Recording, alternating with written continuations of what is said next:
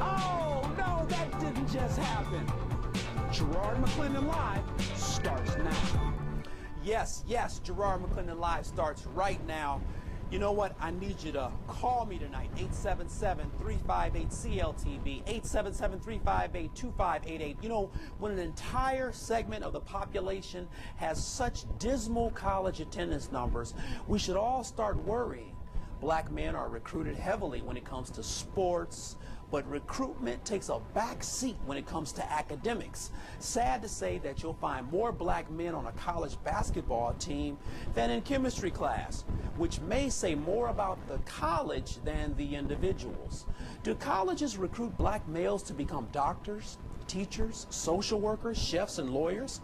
Or are black males relegated to sports and recreational activities? One word: profiling. Let's look at the 13th Amendment. Slavery is abolished in the United States except for the convicted felon. And when prisons need inmates, just throw a few more brothers in jail. After all, they're expendable. The prison industrial complex is more important than potentially productive men going to college or trade school. But who cares? They're just black men. If African American males wish to play shoot 'em up movies in the streets, you know, we can just forget about them. If they choose to embrace illiteracy, forget about them. If they find college as a waste of time, who cares? Well, we all need to start caring, because black males in the U.S., they're citizens too. And from elementary school upward, we need to care. The Black Star Project has researched that in Illinois, there are more black males in prison than in college. Most campuses have less than 3% black males, whereas most correctional facilities have 60% and above. Profiling. So this is everybody's problem, because black males who are unemployed, uneducated, underemployed, or criminal-minded affect all of us. Black males not going to college. Whose fault is it anyway? Black males or the colleges? 877-358-CLTV. Joining us now from the WGN newsroom is a senior at Northwestern University, Mr. Joshua Williams. Joshua, how are you this evening? Pretty good. About yourself, sir? All right, pretty good. Joshua, you know, congratulations, man, on making it to your senior year. College is rough, man, on a lot of people, but let's first discuss profiling at an institution of higher learning. Does it really exist, Joshua? Come on now, man. Definitely. I mean, racial profiling exists not only at Northwestern University, but at universities across the nation. And it's a prevalent issue. It's been going on since the ages, since, you know, race has been an issue in America, which is since it's been America, since America has begun. So it's definitely a prevalent issue. You know, I was reading a quote from yours from North by Northwestern. Is that the school, what is that, the school newspaper? That's the online publication of the school newspaper. I love the quote. You said the amount of racial profiling that goes on in Evanston and specifically at Northwestern is disgusting. Students are students no matter what their appearance is, especially in terms of race. It is sad that I have to deal with the BS just to get a BS. Come on now, Joshua. What did you mean by that, man? I mean, just going through, just being conditioned as a black man on Northwestern University campus, being targeted as a black man on Northwestern University campus, it gets a bit dehumanizing. And at some point in our in our school tenure, we sort of get uncomfortable with being students on campus. Whoa, now that's heavy. You're on a campus, higher learning, and you're feeling uncomfortable while getting an education?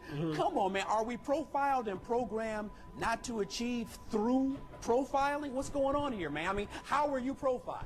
I wouldn't necessarily say I'm programmed. I mean, I think I'm programmed to do what I want to do, but I think we're definitely conditioned since day one, especially considering where I grew up at in the Inglewood neighborhood. As a black man growing up in a low-income neighborhood, you're always stopped by police, you're always racially profiled, and so you're definitely conditioned to sort of not think that you can achieve and even achieve at a university like Northwestern. Let me ask you this. You know, the numbers are dismal when it comes to black males going to mainstream campuses. What do you think is the cause for that? I mean, it's clear that black people go to black college, historically black colleges and universities, but why are the numbers so low for black males? We're looking at 3% and under in terms of black males going to mainstream colleges. Why are the numbers so low, Joshua? I think we got to look at a lot of things. We have to look at the public education system. We have to look at the resources that black men may have in comparison to resources that other students may have across the country. Those resources are very low compared to what other students receive. And we also have to look at the ways in which, these stories sort of pervade themselves across America, and black males look at an institution like at Northwestern and say, I don't want to be uncomfortable at school. I don't want to be treated like that at school, and so I don't think I will apply to this university. You know what, Joshua? I'm going to keep you through the break, man. I'm going to hold on to you for hopefully the majority of the show. You know, it's sad because Northwestern is a great university, man. It's a wonderful school, but they had that incident with blackface, man. Let me go to break here, man, then we can get back to it. It's getting hot in here, ladies and gentlemen. Black males not going to college. Whose fault is it anyway? The black community or the colleges that don't recruit black males? I know you have an opinion, Chicago. 877-358-CLTV. Gerard McClendon live, back in 2 minutes.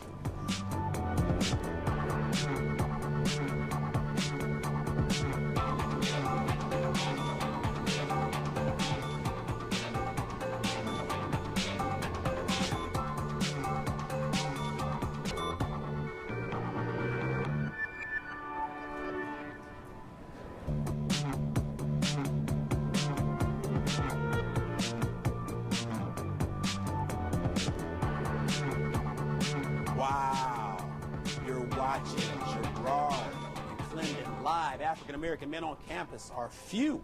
Black males not going to college. Whose fault is it anyway? Is it the community's fault or the colleges that don't recruit black males? I know you have an opinion, Chicago. Give me a call, 877-358-CLTV. I've got Joshua Williams on the show tonight, Northwestern University senior. Joining us now by telephone is the executive director of Brother to Brother and SOB, National Student African-American Brotherhood, Dr. Tyrone Bledsoe. Dr. Bledsoe, how are you this evening? I'm doing well, doing well. Good to be on your program. It's good to hear your voice tonight. You know, the numbers are bad when it comes to black males going to college and then black males graduating. Why are these numbers so bad, Dr. Bledsoe? And then we're going to get into some remedy.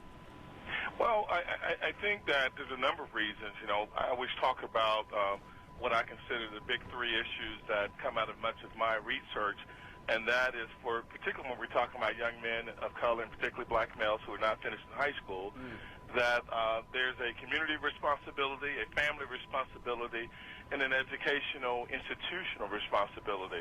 So I think that there's dysfunctionality in those three major components, and that's certainly having an impact, a devastating systemic impact on our young men. Okay, you used the word systemic. I'm glad you went there, because with the young man from Northwestern, we were talking about some of the profiling that takes place, and thank God he has made it to his senior year. He'll be graduating shortly. But let's look at colleges and their recruiting methods, Dr. Bledsoe. It seems like they'll recruit a black male for athletic ability until the cows come home. But when it comes to recruiting a black male for academic reasons, we don't necessarily see that. Is that a systemic problem as well?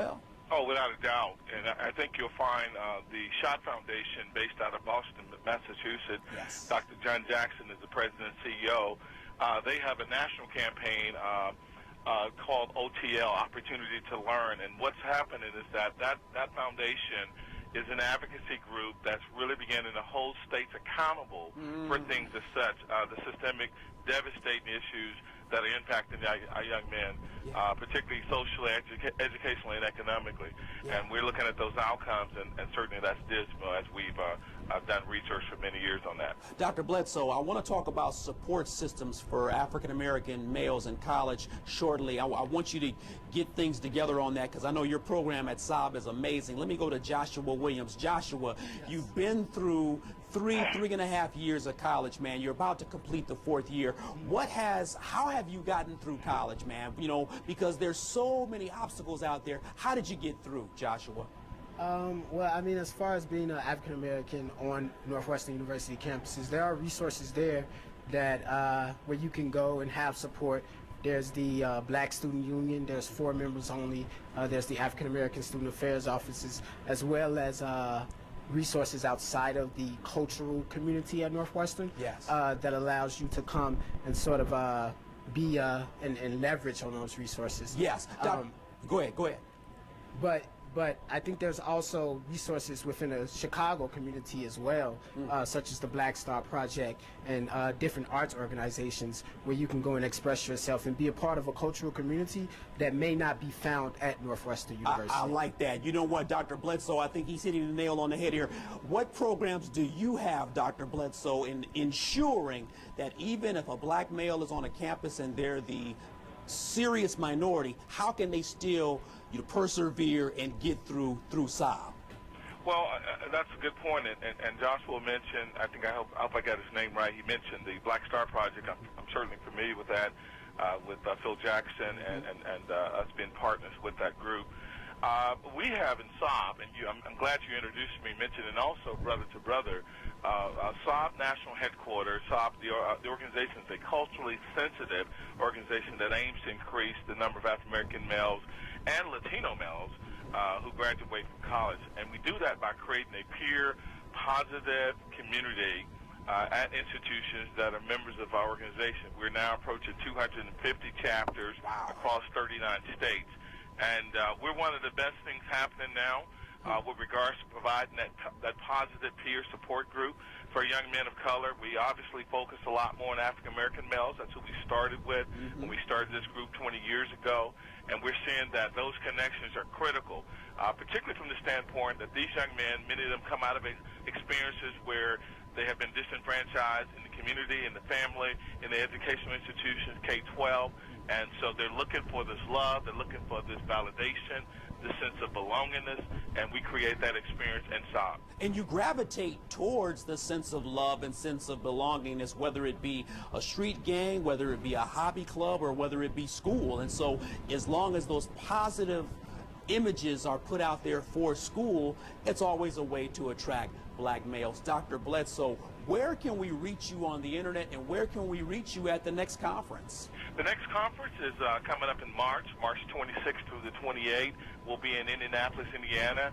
Our SOB chapter at IUPUI University will be hosting that national conference for us, March 2010. It's on our website.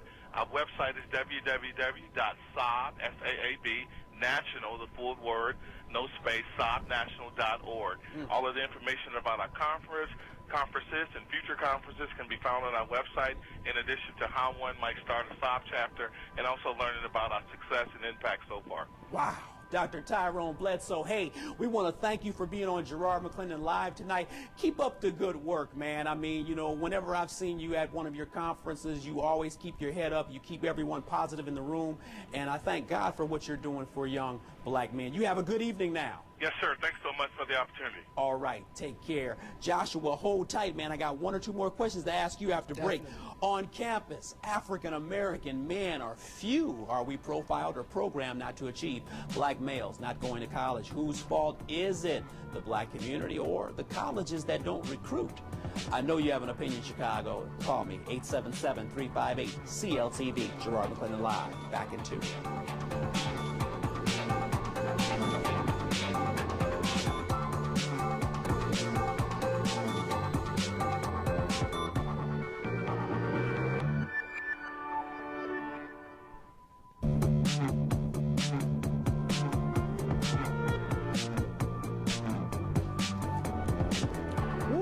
Correctional supervision. Man, are black men profiled or programmed not to achieve? Black males not going to college. Whose fault is it, the black community or the colleges that don't recruit them? I know you have an opinion, Chicago. 877-358-CLTV. I've got Joshua Williams with me, senior at Northwestern University. Joshua, two more questions, man, then I'm going to let you go on your merry way. Joshua, do you ever get the athlete-student comparison where it's like you're African-American male in an academic environment? People ask you, hey, Josh, what sport do you play? Do you ever get that, man? I don't, but I know a lot of my colleagues who do. I think I'm a pretty small person to receive those comments, but there's a number of males at Northwestern that do receive those comments on a daily basis, not only from their peers, but from faculty and administration as well. Yeah, and with your profiling incident that occurred, do you think it was because of racism, classism, or cultural reference deficiency? What do you think? Because things aren't always racism.